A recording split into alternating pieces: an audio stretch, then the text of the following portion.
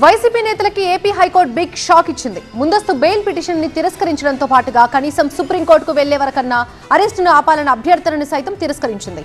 ఏ కేసులో వైసీపీ నేతలు హైకోర్టును ఆశ్రయించారు, వారి నెక్స్ట్ ప్లాన్స్ ఎలా ఉండబోతున్నాయి?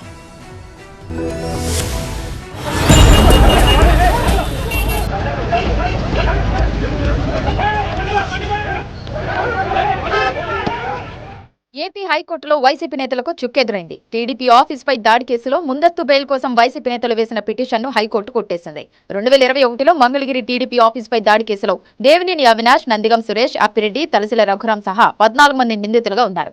వీరంతా తమను అరెస్టు చేయకుండా ముందస్తు బెయిల్ ఇవ్వాలని హైకోర్టును ఆశ్రయించారు. దీంతో వారి అభ్యర్థనను తోసిపుచ్చింది. కనీసం సుప్రీంకోర్టుకు వెళ్లే వరకు 2 వారాల పాటు తమను అరెస్టు చేయవద్దని కోరారు వైసీపీ నేతలు. అరెస్టు నుంచి మినహాయింపు ఇవ్వొద్దని టీడీపీ తరపు లాయర్లు వాదనలు వినిపించారు. 2 వర్గాల వాదనల తర్వాత మధ్యంతర ఉత్తర్వుల అభ్యర్థనను తిరస్కరించింది హైకోర్టు. బెయిల్ పిటిషన్లు డిస్మిస్ చేసిన తర్వాత మధ్యంతర ఉత్తర్వులు ఇవ్వడం కుదరదని తేల్చి చెప్పింది.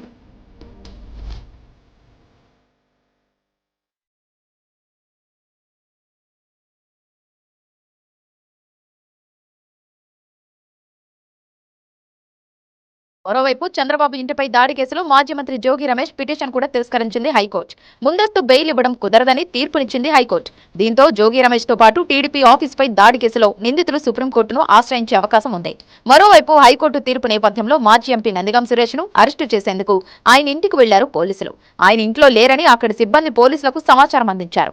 దీంతో పోలీసులు వెనుతిరిగి వెళ్లిపోయారు. హైకోర్టు ముందస్తు బెయిల్ పిటిషన్ కొట్టేయడంతో సురేష్ అజ్ఞాతంలోకి వెళ్లినట్లు తెలుస్తోంది. దీంతో ఆయన ఎక్కడికి వెళ్లారనే దానిపై పోలీసులు నిఘా పెట్టారు. టీడీపీ ఆఫీస్ పై దాడి కేసులో మిగతా నిందితులను కూడా అరెస్టు చేసేందుకు పోలీసులు రంగం సిద్ధం చేసినట్లు తెలుస్తోంది. ప్రభుత్వం కావాలని కేసులతో వేధిస్తుందని వైసీపీ నాయకులు అంటున్నారు. ప్రజా సమస్యలు ప్రస్తావించకుండా ప్రతిపక్ష పార్టీల నాయకులను జైలుకు పంపడమే పనిగా పెట్టుకున్నారని విమర్శిస్తున్నారు.